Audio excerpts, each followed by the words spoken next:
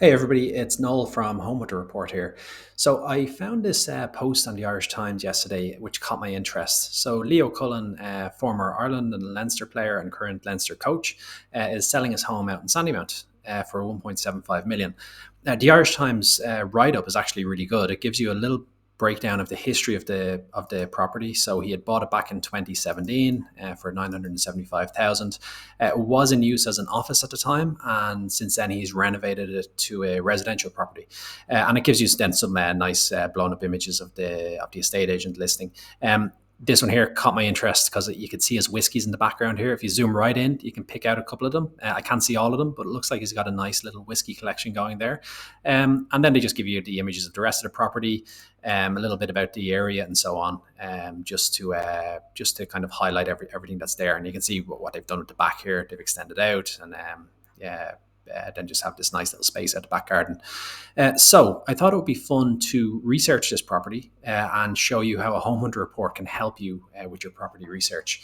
So the first thing we're going to do is find this property on Daft and My Home. Here's the two listings here. Most of the time, these are going to be identical. The reason being, the estate agent just uploads to both websites.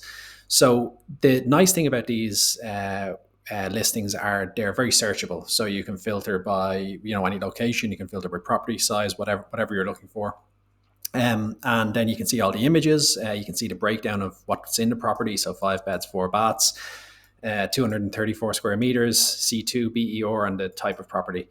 And then the description by the estate agent as well. So Daft and My Home are great starting points. The problem is all of the information here is provided by the estate agent. And the estate agent is not working for you. The estate agent is working for the person selling the property and trying to get the most or the highest sale price they can for it. The problem with that is they won't tell you all of the negative things about the property that might slow down the sale, that might lead to legal issues during the sale agreed process, or that just might mean the area doesn't suit you and your family. So we're going to look at the home hunter report for this property on 77 Strand Road and just see what type of information it can find that wasn't on the estate agent listing. So we'll just start at the beginning and we'll just skip through the intro. I won't make you read that. And the first thing we do is we pull in the estate agent information, all the details of the property along with the images, just to refresh your brain about what this property actually was. A lot of people on the house buying journey look at several or even dozens of properties. So it can be handy just to refresh your brain as to exactly how many beds this one was, the size of the property and so on. If there is floor plans available, we'll pull those in. The estate agent hasn't made them available in this case. And then we look at the local property tax. So this gives just a breakdown of the local property tax, the rates for 2022. And it shows you how to calculate it based on your local authority as well. So all of the local authorities in Dublin give a 15% discount. So the regular rate is 2,700, but for this property, you're going to get 2,300. So that's just something to be aware of. If you do buy a property like this, straight away, you're going to have a 2,300 a year local property tax bill, which I think for most people is around a month's rent at this stage in Dublin. So if not more. So then we jump onto the freehold status. So this property is freehold.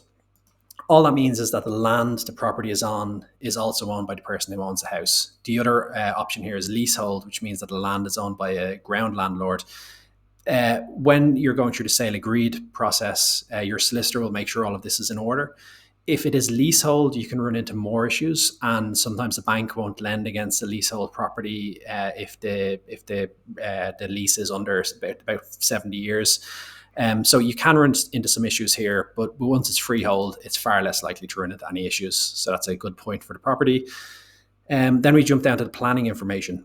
So we know from the Irish Times article that he bought it in 2017 and he renovated it. So it looks like there is planning permission associated with the property in the last few years, which is good. And then again, if you do go sale agreed on this property, your solicitor will be doing a full planning search, going into the details of these and making sure, along with your surveyor, that the works done to the property matches what's in the planning documentation. So there is planning permission associated with this one, which is good. A lot of the properties along the seafront here seem to have had a recent planning permission. There's a big development behind. That could be a school, I think. But your solicitor should be checking that out as well, just so you know all the building that's going on in the area. So we're going to jump down to BER information. Because again, this is a big property. It's a big price tag, but it has a big property. So it's BERC2 they managed to get it up to, which is pretty good for these properties. They're quite old. And it's 240 square meters or 230, and it's an end of terrace. So you're looking really between these two categories that SEAI give, and these numbers are from August 2022. So it's somewhere between 2,600 and 3,900 would be the estimated energy costs to run this property. So again, it's a hefty price tag, 1.75 million. You're going to have a big local property tax bill, but you're also going to have big energy bills for this one as well, for C2. Now, you could, when you go sale agreed, the vendor will provide the BER cert, and that gives some advice on what you can do to further increase the BER rating. So you might be paying attention to that as well, just to see if you can bring the bills down slightly, or what work would be needed to bring the bills down slightly. So then we pull in the satellite view, and you can see, here it is on the seafront. It's actually right at the car park here on Sandymount, and looking out over the sea. So it's a lovely, lovely location. So this one, flood risk. Being a coastal property, this is something you want to look at. So you can see all the green area here is what the flood info website has said is there's a risk of coastal flooding in these areas. What that means for you is, as you are closing in on the property, the purchase of the property, and you're arranging your house insurance, you may struggle to get house insurance for flood protection, or your insurance companies may have a disclaimer to say they don't cover flood. They don't cover flood cover, or sorry, they don't have flood cover as part of the policy. And so, depending on the type of property, it might be something you want to have a further look at. This one I think is quite raised up, so maybe it's not too big a concern, but it is something you'd want to look at through the sale agreed process, just so you can be aware of potential risks coming down the line.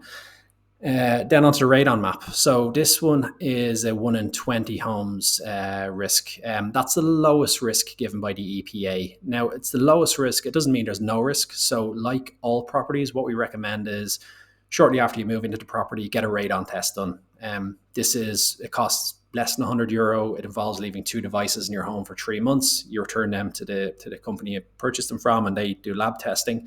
And it will tell you if the property has high radon levels or not, or dangerous radon levels. If it does, there's lots of remediation work you can do to draw the radon gas out from the foundation and have it not enter the property. So there's lots of options there, but it's something that's been in the media recently, and it is something that you should pay attention to. So again, there's no panic about it, but just always get a radon test done after you move in. Then onto the mobile phone coverage. So this one, they're all in the good category, all the major networks. None of them are kind of fringe or no coverage, which is fine. You're likely going to be able to get your 4G coverage here. It might not be the quickest. It might not hit the new, if you have a new 5G phone, it might not get that, but it's going to be pretty good coverage in general. For broadband, you're not going to have any issues. All the major providers and up to a gigabyte speed. Then TV providers, all your major providers are here.